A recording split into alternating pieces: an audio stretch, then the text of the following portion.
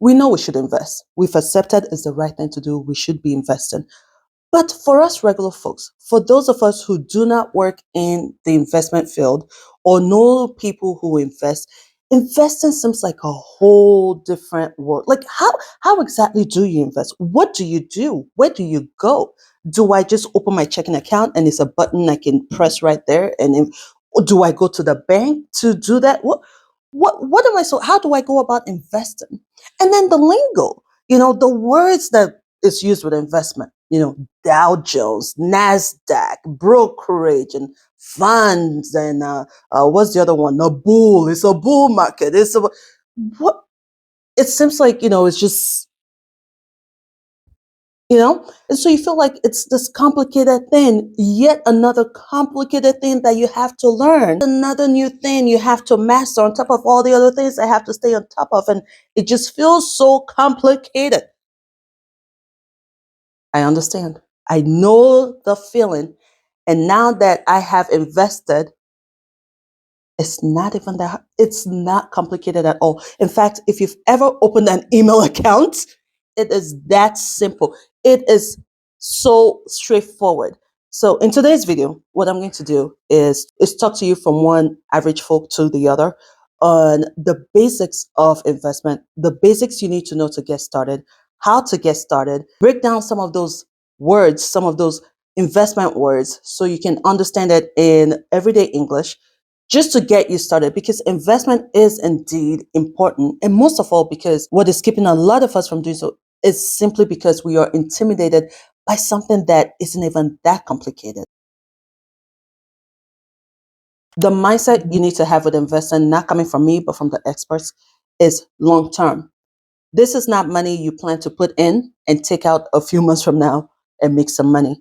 I know people day trade and some of them are successful. That's good. But for us everyday folks, long term is where the wealth is. It reduces our risk of losing money. No investment is guaranteed. But with a longer time frame, it gives you time to average out your loss and gains. The second thing to keep in mind with investment overall is that your retirement account with your employer is an investment. You are investing if you have a retirement account with your employer. Because of how we hear invest, invest, invest, sometimes we think it's another special thing. If you have a retirement account with your employer, max that out. Every year we have a certain amount we can, a limit to what we can put into our retirement. This year, I think it is 23,000. I'll put the right amount on the screen. That can be your goal number one is making sure you have that amount of money invested every single year. You break it down by 12 months or number of paychecks you receive every year. Doing that alone is invested. You are doing what you should do, especially if your employer has a match program. Some employers would match a certain percentage of your annual income every single year. If that is 3% of your income, make sure you were putting in up to that 3% so that they can match that. And now you're investing 6% of your income. That is investment, but we seem to take that for granted or downgrade it. If you've already done that and you have extra income you would like to still invest, or for whatever reason you don't want to go that route, all right, let's proceed. Investing doesn't happen with your regular checking account, with your regular savings account. You actually have to open an account with an investment bank or firm. Majority of our US banks have an investment arm. So Citi, Bank of America, Wells Fargo, they all have investment banks. And then there are also other firms like Vanguard. The favorite a lot of people use is Fidelity. There's TD Ameritrade, Charles Schwab, Robinhood. So there are all these options for you, and you can go with whichever one you are comfortable with. I have used Robinhood and it has worked just fine. I guess because from what I hear is because I'm not day trading. Any one of them will be just fine. While opening the account, you will immediately be prompted to decide what type of account you want it to be. And that's because depending on the type of account, there may or may not be a tax benefit and there may or may not be limitations. So if you're planning on using these funds for retirement and you want the tax benefit for that, it's a retirement account. Now, with the tax benefit comes limitation on how much you can put in every year and when you can withdraw from it without penalty, right? So you could choose to pick a type of account where there are tax benefits and there are those limitations, or you can choose to have an account you can use however and whenever. I can put as much as I want. I can withdraw whenever I want. but it will not have any tax benefit. That account is called a brokerage account. A brokerage account doesn't have any limitation in how much you can put it. You can put in as much as you want, buy as much as you want, invest as much as you want, and withdraw whenever you want without penalty. There are several things you can invest in, but since this is a beginner's video, I'm going to stick to the basics, the basic two we all know of, which is stocks and bonds. Bonds are pretty much an elevated IOUs. No investment is guaranteed, none, but they are a lot safer and less risky than stocks, which are more volatile. You should own your age in bonds. So if you are 30 years old, you should have 30% of your money going towards bonds and 70% towards stocks. If you were 60, you want 60% of your money in bonds and 40% in stocks. The idea here is as you get older, you're getting closer to retirement, and so you can't afford to be too risky with your money. So you want a lot more of your money in the safer option, in the less risky option, not guaranteed, but in the less risky option than stocks. So what are stocks? Stocks are a little percentage of a company. So when you buy a stock, you are buying a little ownership of that company. You buy a stock of Apple, you own a little share of Apple. You can buy stocks of different companies individually, or you can buy a pre-packaged set of companies all in one. The best way to explain it is to think of it like a box of chocolate. But think of it like a box of chocolate. I could go buy a box of milk chocolate, buy a box of white chocolate, buy a box of dark chocolate, buy a box of raisin covered chocolate, buy another hazelnut chocolate, and have 50 boxes of different chocolates. Or I could buy a huge box of different arrays, a variety of chocolate in it. My box will have some milk chocolate, it would have some dark chocolate, some raisin covered chocolate, some coconut chocolate, all in that one box. So buying this one box, I get to own different types of chocolate all in this. This bundle of stocks is called an index fund. What determines what is in the bundle is a preset data, a preset group of information, and that's called the index. So you're not investing in the index, you're investing in the index fund that uses the index. I'll break it down. The S&P 500 is a list of 500, the top 500 companies in the States. That is the data, that is the index. 500 companies will follow the information, how are you doing, yada, yada, yada. That's the index. The S&P 500 index fund goes, that is the top 500 companies. Those are the stocks we're buying for this bundle. Then you buy a share of that, and that gives you ownership of all those 500 companies. I only have to explain it so you understand why the same fund has different names. There's a Vanguard S&P index fund. There's a Fidelity 500, Schwab's 500, Charles Schwab 500. So you would see different names, but they're all pretty much the same because they're all about the top 500 companies in the States.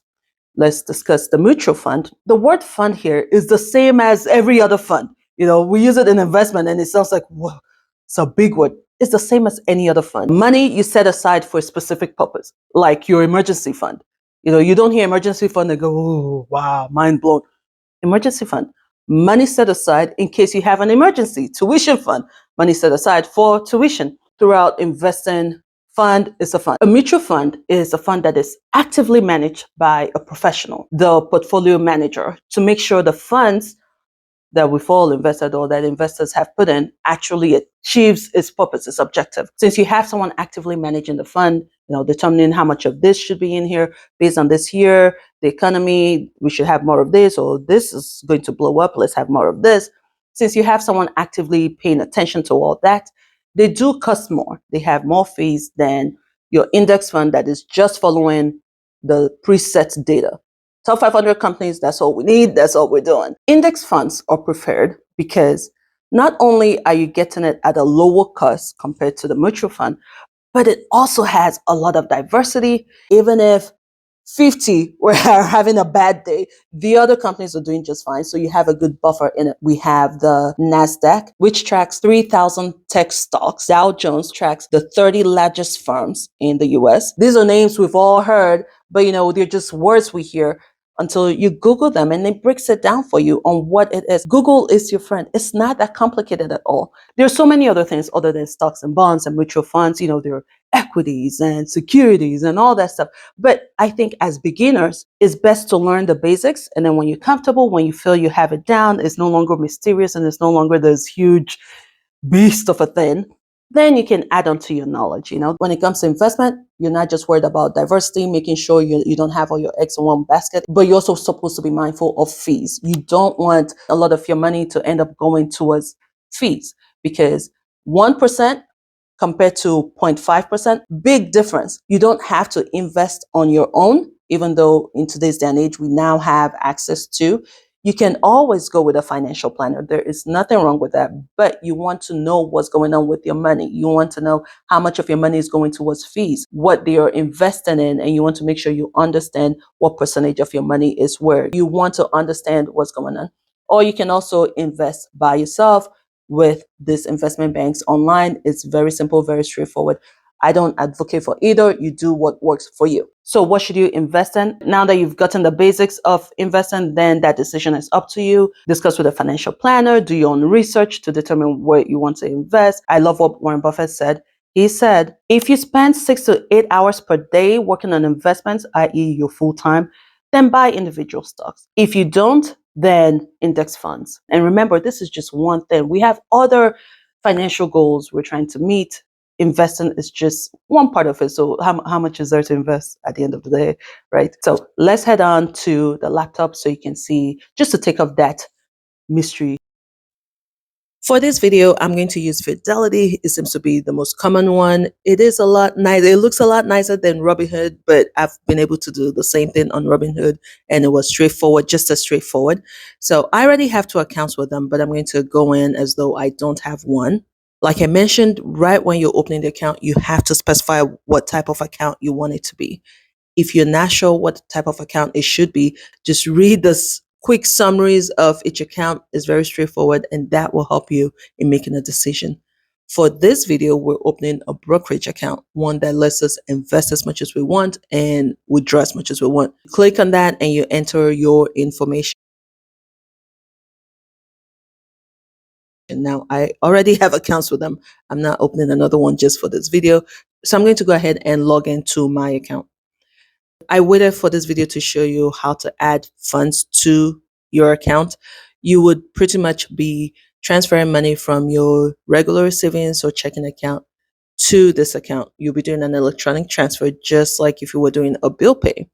So I'm going to do that now. I'm going to skip any screen that shows my account information, be it my regular checking account or my account number with Fidelity. So don't be alarmed that some things are not step by step. It's really just skipping the part that shows my information. Once you have the account, you have the option on how to transfer the money. You can do an electronic transfer. I'm not sure why I hit bank wire. It's electronic transfer. You'll be asked to do it manually, or they have a system where they can get that done. I always do mine manually. I don't know why. I just don't trust logging into. Anyway, that's a long story. I just do it manually, where you enter your routing number and checking account number and then how much you need to wire. So we are skipping over to after adding the money. So right here I added $500 just for purpose of this video. I know I'm balling a whole $500. But this is what it looks like. Now for us regular folks, let me tell you, I don't bother reading all this market information because I don't understand it. It's not my field. Now, hopefully in the future, maybe I will. But right now, I know I don't get it. I don't really understand it. All I'm going to do is invest in what I know I want to invest in. What do I invest in? Since I'm doing this by myself, I focus on what I've researched. This is where you have to do it on your own. I listen to the experts, and I'm talking about experts with track record and also common sense. There's always news on what to invest in, the stocks that are doing well. Like I said, I don't buy individual stocks. Not that I never will. There's some companies I do want to buy, and I would do that. But for this video, Vanguard S&P 500 is said to be a good one, and that's what I'm going to go buy. I'm just showing you how to get it done.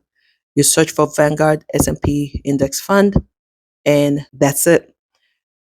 When you scroll down, I wanted to show you guys this. When we talk about fees and all that, when it comes to investing is known as expense ratio. And as you can see, this is not that high at all. So you go ahead and hit buy when you want to buy. I'm not going to select account because once I hit the drop down, you are going to see my account information. So I'm not doing that. Now, when you first do this, the first time you transfer money into your brokerage account, you're not going to be able to use the money right away and invest. It usually takes a couple days or a day or two for you to have access to use that money. But if you've done this before, especially on Robinhood, at least I can vouch for that. If you've done it before, if you've transferred money before, depending on the amount, they will actually let you go ahead and use the funds. And that's it. You buy. That's it. I've never sold because, like I said, I'm long term. So I've only been buying. I can only tell you how it goes when it comes to buying, but that is pretty much it. The primary purpose of this video, what I really want you to get out of it, is to feel less intimidated about investing, to realize that it really isn't this other world that you just can't get into or don't know how to. It's for you to realize it's just a straight walk right into investment. It's not that complicated. If that has happened, if you now see how simple and straightforward it is, then perfect. My job here is done, and I'm happy for you because it's very empowering to know, oh, okay, well then I invest too. Perhaps watching this video, you decided, you know what, I'll just leave it to the experts. But even so, at least now when they say we're going into index, you know what it is. When they say brokerage account, you know what it is. It's not a foreign word. That alone is a success. Or you may decide, all right, you know what, I can do this myself and I'll go ahead and do so then. Yay, I'm happy for you. All right. Thank you so much for your time. I will see you in the next one. All right.